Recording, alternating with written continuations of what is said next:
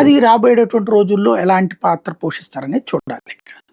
అంటే కొన్ని సందర్భాల్లో బీజేపీ గాని జనసేనకు సంబంధించిన నాయకులు గాని కాస్తంత దూరంగా ఉంటున్నారా ఈ వ్యవహారాలకి అన్నట్టుగా ఉందా? వీళ్ళు లాక్కు రావాలని చూస్తున్నారు. వాళ్ళు సోమవీర్రాజు గారి మీద దాడి జరిగింది అన్నారు, మళ్ళీ ఏమో లేదు దాడి జరగలేదు ఎలాంటిది లేదని వీళ్ళ వైసీపీ వాళ్ళు చెప్పారు.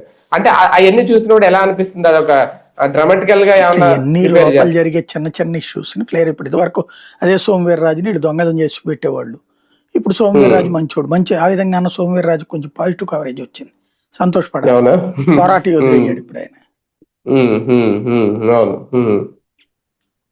పవన్ కళ్యాణ్ గారు కూడా ఎందుకు సైలెంట్ గా ఉంటున్నారు ఇప్పుడు? ఏమన్నా సైలెంట్ గా వెళ్ళాడు ఆయన. ప్రతి దాంట్లో కూడా జగన్ ని తిట్టే విషయాల్లో ఆయన క్లియర్ అండి, అందులో ఏం సైలెంట్ ఉండట్లేదు ఆయన. చంద్రబాబు గారు ఏదైతే నెత్తిన పెట్టుకుంటారో అది ప్రతిదీ పవన్ కళ్యాణ్ నెత్తిన పెట్టుకుంటున్నాడు కదా. ఎక్కడ ఆగుతున్నాడు ఆయన?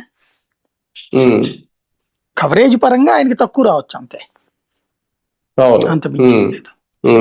సార్ ఒకటి, ఏపీలో ఇప్పుడు పంచాయతీ ఎన్నికలకి ఏమన్నా రంగం సిద్ధం అవుతుందా, ప్రిపేర్ అవుతున్నారా?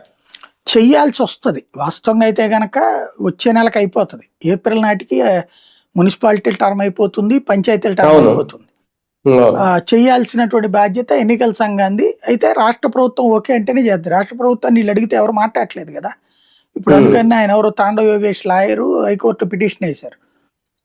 హైకోర్టు ఇప్పుడు ప్రభుత్వాన్ని అడిగింది, ఎన్నికల సంఘాన్ని కూడా అడిగింది. ఇప్పుడు తేలిపోతుంది, నెక్స్ట్ వాళ్ళు కౌంటర్ వేయాలి.